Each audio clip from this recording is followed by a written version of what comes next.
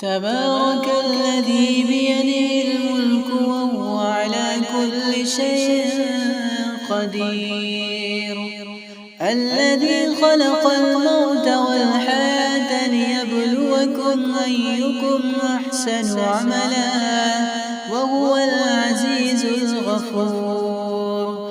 الذي خلق 7 سماوات طباقا ما ترى في خلق الرحمن من تفاوت فارجع البصر هل ترى من فطور ثم ارجع البصر كرتين ينقلب إليك البصر خاسئا وهو حسير.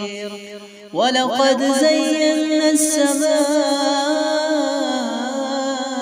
الدنيا بمصابيح وجعلناها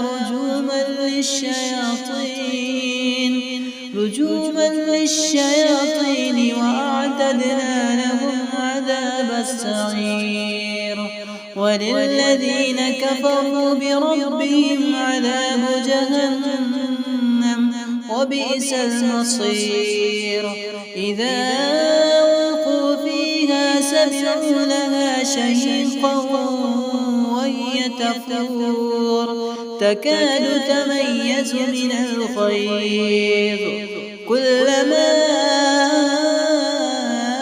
ألقي فيها فوج سألهم خزنتها ألم يأتكم نذير قالوا بلى قد جاءنا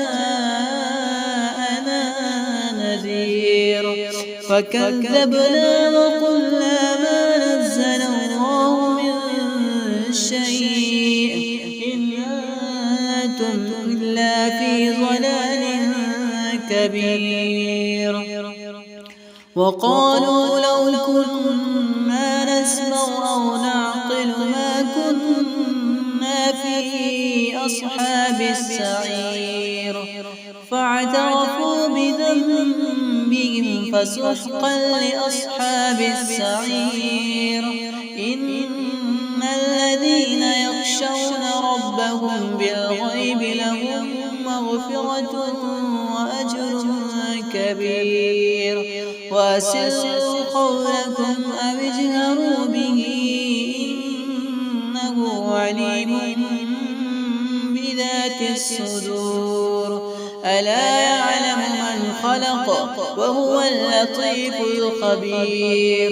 هو الذي جعل لكم الأرض ذلولا فامشوا في مناكبها وكلوا من رزقه وإليه النشور. أأمنتم من في السماء أن يخسف بكم الأرض فإذا هي تمور أم أمنتم ما في السماء أن يرسل عليكم حاصبا فستعلمون كيف نذير. ولقد كذب الذين من قبلهم فكيف كان نكير. أولم يروا إلى الطير فوقهم صافات ويقبض ما يمسكهن إلا الرحمن إنه بكل شيء بصير. أمن هذا الذي هو جند لكم ينصركم من دون الرحمن إن الكافرون إلا في غرور. أمن هذا الذي يرزقكم إن أمسك رزقا بل لجوا في عتو ونفور.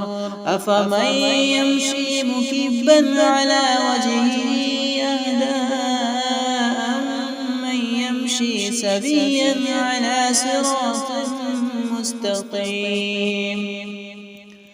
قل هو الذي أنشأكم وجعل لكم السمع والأبصار والأفئدة قليلا ما تشكرون قل هو الذي ذرأكم في الأرض وإليه تحشرون ويقولون متى هذا الوعد إن كنتم صادقين قل إنما العلم عند الله وإنما أنا نذير مبين فلما رأوا زلفة سيئت وجوه الذين كفروا وقيل هذا الذي كنتم به تدعون قل أرأيتم إن أهلكني الله ومن